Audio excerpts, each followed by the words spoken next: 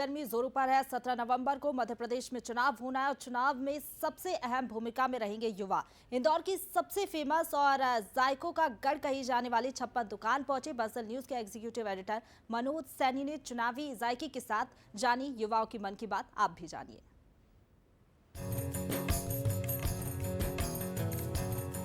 इंदौर में अलग अलग विधानसभाएं, लेकिन इस वक्त हम 5 नंबर विधानसभा में हैं और जब जायका लेने पहुंचते हैं तो इंदौर की विधानसभा में सबसे महत्वपूर्ण स्थान आता है 56, जिसकी आजकल देश और दुनिया में बड़ी चर्चा होती है। और देखिए 56 का नज़ारा 56 जैसा ही है। जहां भी आप नजरें दौड़ाएंगे आपको युवा जो पहली बार का वोटर होगा वो मिल जाएगा। तमाम लड़के लड़कियां इस वक्त यहाँ नजर आएंगे। इतना टाइम से देख रहे हैं कि इंदौर में पहले क्या डेवलपमेंट हो रहा था, अब क्या डेवलपमेंट हो रहा है। माना हाँ, शायद बीजेपी को ही दूंगा क्योंकि मैं बीजेपी से हूँ, मेरी फैमिली बीजेपी को बिलोंग करती है, क्योंकि हमने शुरू से उनको सपोर्ट करा है और हम जो चीज़ चाह रहे हैं वो हो रही है। और अब माना मेट्रो का काम लेट चल रहा है पर हो रहा है, धीरे धीरे कर रहे कोशिश वो। मैं इनसे सहमत नहीं हूँ। आप शिवराज सिंह जी कर्ज लेके लाडली बहना योजना चालू करते हैं, तो पहले मध्य प्रदेश का कर्ज, जितना मैं पढ़ा लिखा हूँ, अच्छा खासा कर्जा है।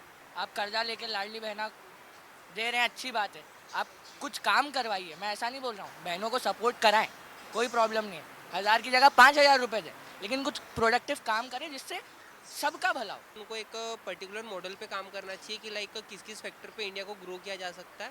लाइक अगर मैं एमपी की बात करूँ तो एमपी भी कुछ ज़्यादा अच्छा ग्रो नहीं है, बहुत particular like small small sector से लोग यहाँ से छोड़ के दूर दूर जगह शिफ्ट हो रहे हैं, कंजेस्टेड हो रहे एरिया। सरकार कह रही है कि अब तो हम इधर ला रहे हैं, जैसे सीखो कमाओ के बारे में आपने सुना होगा। सरकार ऐसा कहती है सर। सर बोलने में और करने में फ़र्क होता है ना।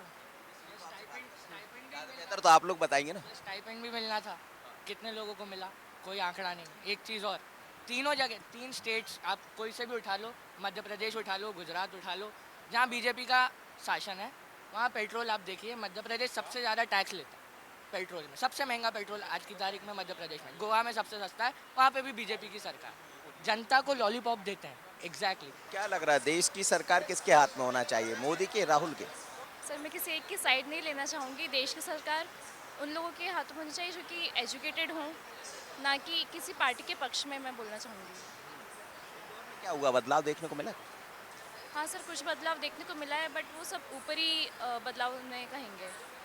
एम्प्लॉयमेंट मिला है, बट एम्प्लॉयमेंट से ज़्यादा ज़रूरी लोगों की स्किल्स पर काम करना। जब से मोदी सरकार आई तब से बहुत कुछ प्रोग्रेस हुआ है, मतलब जो पहले था और अब मतलब डेफिसिट भी है। मैं बस इतना बोलना चाहूँगी कि एटलीस्ट SC ST वालों को जो भी कंपनसेशन मिल रहा है बहुत अच्छी बात है, लेकिन जनरल वालों को भी मिलनी चाहिए क्योंकि उनको भी बहुत तकलीफ होती है। कौन सी पार्टी ठीक काम कर रही है? कमलनाथ। क्या था कमलनाथ में, ऐसा क्या देखा? ऐसे शिवराज सिंह चौहान अभी जैसे जितनी भी लाडली बहन योजना जो भी कर रहे हैं वो लोन लेके कर रहे हैं, तो अभी फिर वो लोन चुकाएंगे और पैसे बढ़ते ही जा रहे हैं। तो कमलनाथ जी उतना ही करते थे जितना होता था, फालतू के एक्सपेंसेस नहीं बढ़ाते थे, तो उनकी सही थी। मेरे हिसाब से तो बीजेपी है, मोदी जी। एक्चुअली वो जो फॉरेन रिलेशंस बना रहे हैं अभी, ये G20 ब्रिक्स की जो मीटिंग, बीजेपी सही है, सेंट्रल बीजेपी सही है, पर एमपी में कांग्रेस। तो आज के युवा के मन में किस तरह के विचार होते हैं वो समझ आता है। सब खुलकर बात करते हैं, बात कमलनाथ की, शिवराज की, मोदी की, सब कर लेते हैं, लेकिन बात ही बात में बहुत कुछ कह जाती है। यही है यहाँ का चुनावी जायका। मुझे आशीष तो दीजिए इजाजत, बने रहिए बंसल पर। नमस्कार। और इसी के साथ बुलेटिन में